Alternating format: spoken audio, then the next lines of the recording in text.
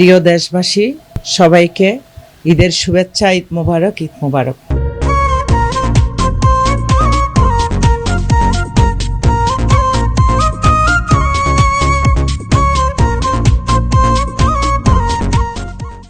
বিসমিল্লাহির রহমানির রহিম। প্রিয় দেশবাসী, সবাইকে ঈদের শুভেচ্ছা। ঈদ মোবারক, ঈদ মোবারক। আমি শিরিন জাহান, চাঁদগাঁও 4-5-6 নং ওয়ার্ড থেকে নারী সংরক্ষিত কাউন্সিলর হিসাবে পদপ্রার্থী। যদি দল আমাকে মনোনয়ন দেন, এরশাদুল্লাহ ভাই যদি আমার প্রতি সিম্প্যাথি বা আমাকে যোগ্য মনে করেন, সে যদি আমাকে চায়, তাহলে আমি নির্বাচন করব সামনে কাউন্সিলর পদপ্রার্থী।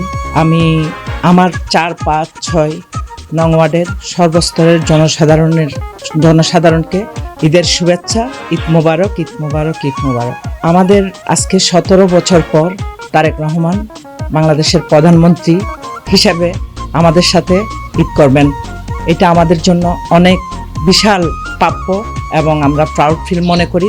যদি এই সময় আমাদের মা দেশমাতা আপসহীন নেত্রী বেগম খালেদা জিয়া যদি থাকতেন, 3 বারের সফল প্রধানমন্ত্রী, যদি তারেক রহমানের সাথে থাকতেন, আমাদের সাথে থাকতেন, আমাদের ঈদটা হয়তো আরও আনন্দময় হতো। যারা গ্রামে গঞ্জে ঈদ করতে যাবেন, আপনারা প্রথমত সাবধানতা অবলম্বন করবেন। গাড়িতে কারু দেওয়া কোনো কিছু খাবেন না, পানি পর্যন্ত। আপনারা লঞ্চ গাড়িতে হুড়াহুড়ি করে যাবেন না, একটু প্রয়োজনে একটু দেরিতে যাবেন, তারপরও একটু নিরাপত্তা অবলম্বন করবেন।